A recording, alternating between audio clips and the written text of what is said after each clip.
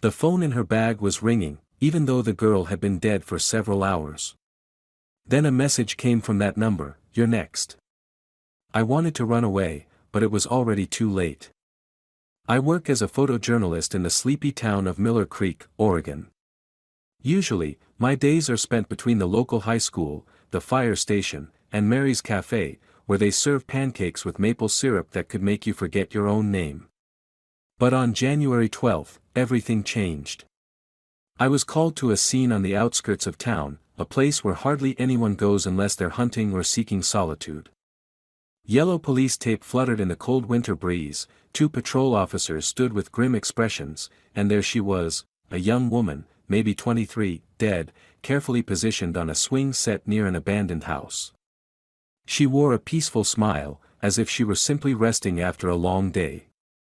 But her eyes were wide open, frozen in panic. The pathologist said she had been dead for about 6 hours. No signs of struggle, no evidence. Her phone was in her bag, fully charged. I took several photos, quickly, mechanically, as I always do. I was about to leave when the phone in her bag vibrated. The police hadn't collected the evidence yet, and one of the officers, young, confused, handed me the device. "Look at this." "It's strange," he said, his voice cracking slightly. On the screen was an incoming call. The number wasn't saved. It simply flashed, "Home." "Should I answer?" he asked, looking at me with uncertainty in his eyes. I shrugged. "It doesn't matter now." We put it on speaker. Silence. A few clicks. And then, a voice. Quiet, female, as if someone on the other end had just woken up. "Are you there?" I'm not alone." The call dropped. We stared at each other as if we'd just heard a ghost speak. A minute later, a message arrived, "You're next." The officer turned pale. He tried to call his superiors, but his radio wasn't working. None of us had a signal. 20 minutes later, Detective Howell finally arrived at the scene. I told him about the call, but he dismissed it. Said it was probably a glitch, maybe an answering machine message or spam. But that night, I couldn't sleep. Something about that girl's voice. I was certain, it was her. The dead girl. The next morning, there was a photograph in my mailbox, printed on paper. A photo I hadn't taken. The same girl on the swing, but in this picture, she was looking directly at the camera. Directly at me. I checked my archive of photos, none matched. Someone had been there with me. Someone taking pictures from another angle. My hands trembled as I held the photograph. The image quality was grainy, almost vintage, nothing like my digital camera would produce. The lighting was different too, harsher, creating deep shadows across her face that made her eyes appear hollow. I shoved the photo into my jacket pocket and headed to the police station. Officer Jenkins, the same young cop from yesterday, was at the front desk. The bags under his eyes told me he hadn't slept either. "You get any strange mail today?" I asked, trying to sound casual. He looked up, startled. "How did you?" He stopped himself. "No. Nothing." I knew he was lying.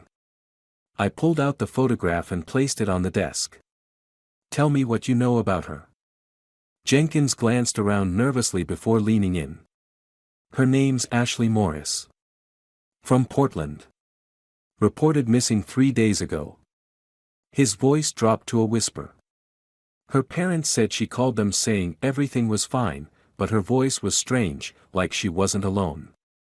A chill ran down my spine. The same words from the phone call. "Where was she last seen?" I asked. Jenkins hesitated before answering. Her phone's GPS showed she was at the Pine Fall Motel, about 40 miles from here, a day before she died.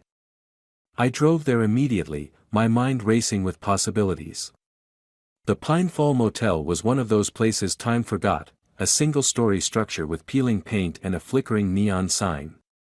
Only 3 cars in the parking lot.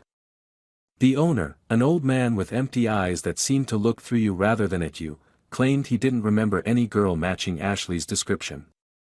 But when I showed him her photo, he froze for a second. Then he turned away. She asked me not to tell anyone, he mumbled. I pressed him. Finally, without looking at me, he muttered, "Room 6. But don't go there. It's too late." Of course, I went. The door was unlocked. Inside, nothing special, an old TV, a bed with faded floral sheets, a desk with a lamp. But on the wall, dozens of photographs. Black and white images. Each featuring different women. In some they were smiling, in others crying. And in the corner of the room sat an old Polaroid camera. I examined the photos more closely. They were all taken here, in this very room. Clearly shot in secret, from the ceiling, from corners. Among them, I found another photo of Ashley. In it, she was holding a piece of paper. The note read, "He makes me right." My stomach turned. The angles of the photos suggested hidden cameras. I looked up at the smoke detector, the air vent, the light fixtures. Any of them could be watching me right now. On the back of Ashley's photo was a number, 347 BL. It was a storage locker number in town. I reached there the next morning, driving through snowy roads like a man possessed. Inside the locker were stacks of old cassettes, a dictaphone, and more photographs. Almost all featuring the same women. I turned on the dictaphone. Static. Clicks. Then. This is the Chronicle. If you're listening to this, it means he's found you too.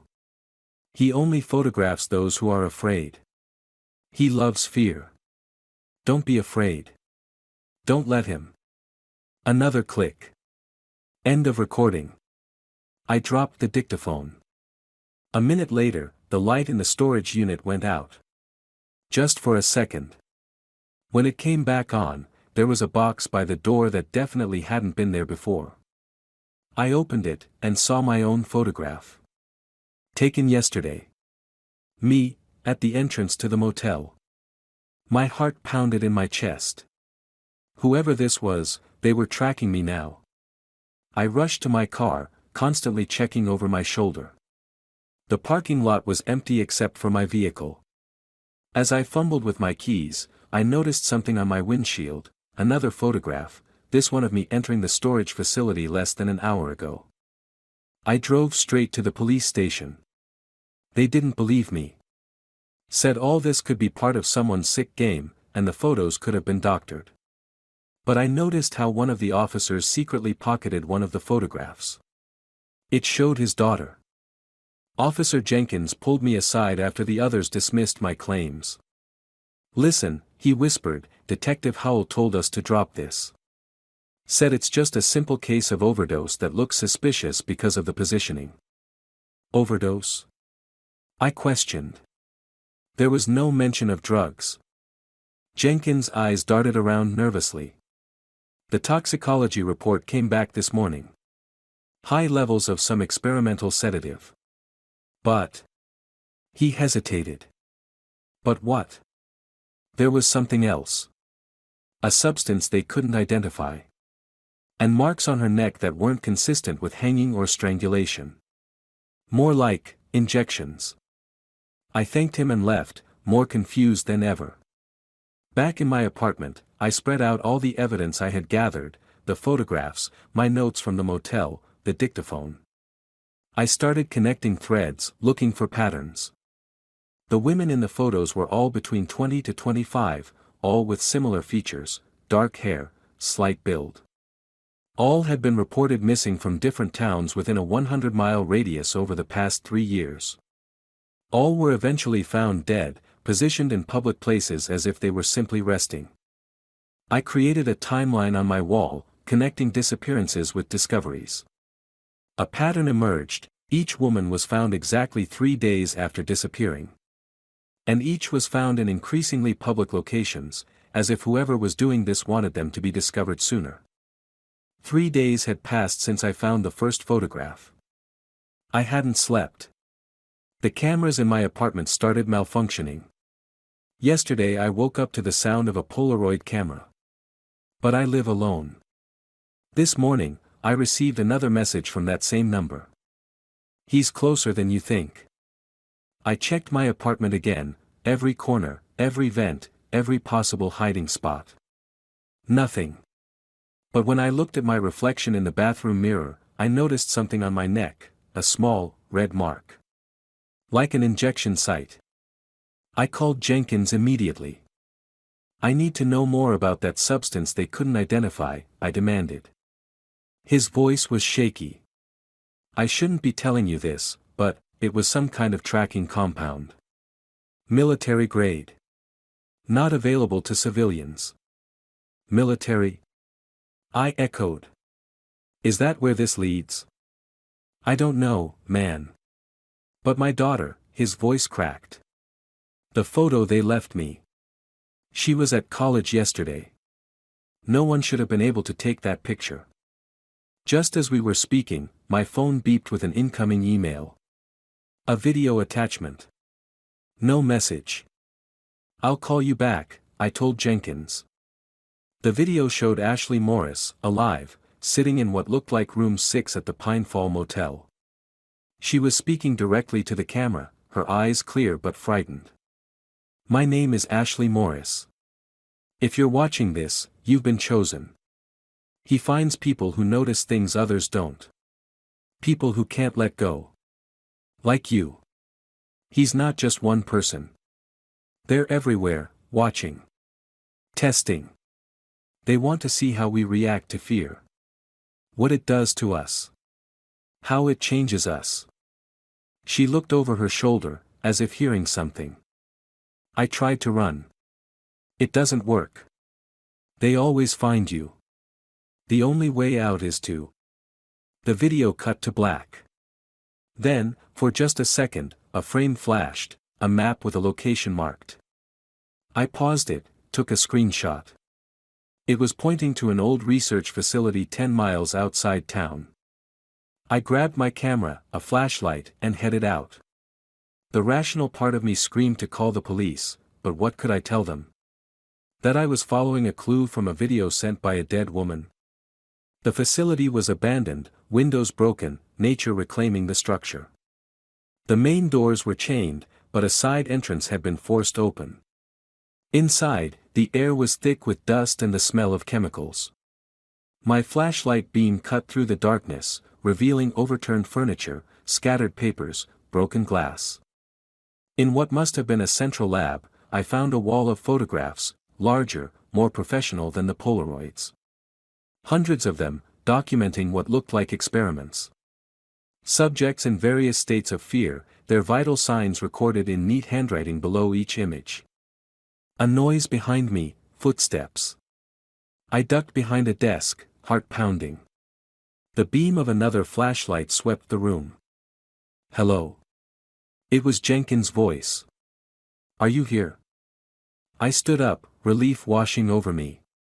How did you find me? He didn't answer, just stared at the wall of photographs. So it's true, he whispered. Project Phobos. What? It was a rumor in the department. Experiments on fear responses, supposedly shut down decades ago. But some believed it never ended, just went underground. Before I could respond, all the lights in the facility suddenly came on, blinding us momentarily. A speaker system crackled to life. Subject 347 and Subject 348, report to Lab C for final evaluation. Jenkins looked at me, terror in his eyes. We need to get out of here. Now. We ran, but the exits were sealed.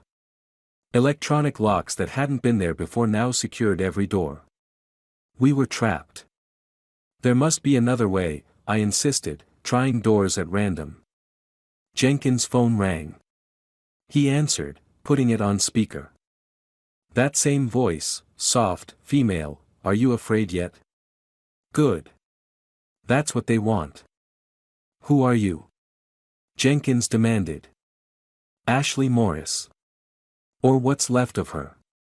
They're watching your responses. Your heart rates. Your pupil dilation. They want to know how far humans will go when terrified. Who's they? I asked. Silence.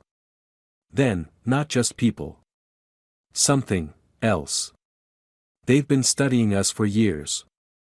Fear is food to them. The call ended. Jenkins and I exchanged glances. This is insane, he muttered. A door at the end of the hallway slowly opened. We had nowhere else to go but forward. Inside was a simple room with two chairs facing each other. On one wall, a mirror, obviously two-way.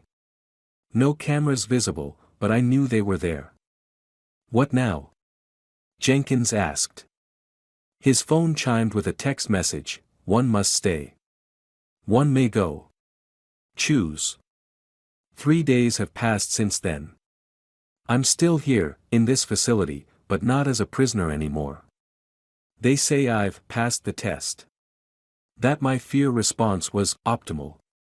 Jenkins didn't make it, his heart gave out during the final phase. They've shown me their research. Decades of it. They claim they're not the enemy, that they're preparing humanity for something worse. Something coming. The experiment continues. New subjects arrive daily. I've been assigned to document their responses. To take their photographs. Sometimes, I send messages to those who might be looking too closely at cases they should leave alone. Messages from phones that should be silent. You're next. But I wonder, what if they're not what they claim to be? What if they aren't preparing us for anything? What if they are simply not human? As I write this, a new subject is being brought in. I raise my camera. Click. Wait, is that my reflection in the lens? Are those my eyes, wide with panic? What if I never left that storage unit? What if I'm still there, and all of this, the facility, the experiments, my new role, is just my mind trying to make sense of whatever they're doing to me? My phone vibrates. A message from an unknown number. The test continues. Question: what if he isn't human? Or, not just one?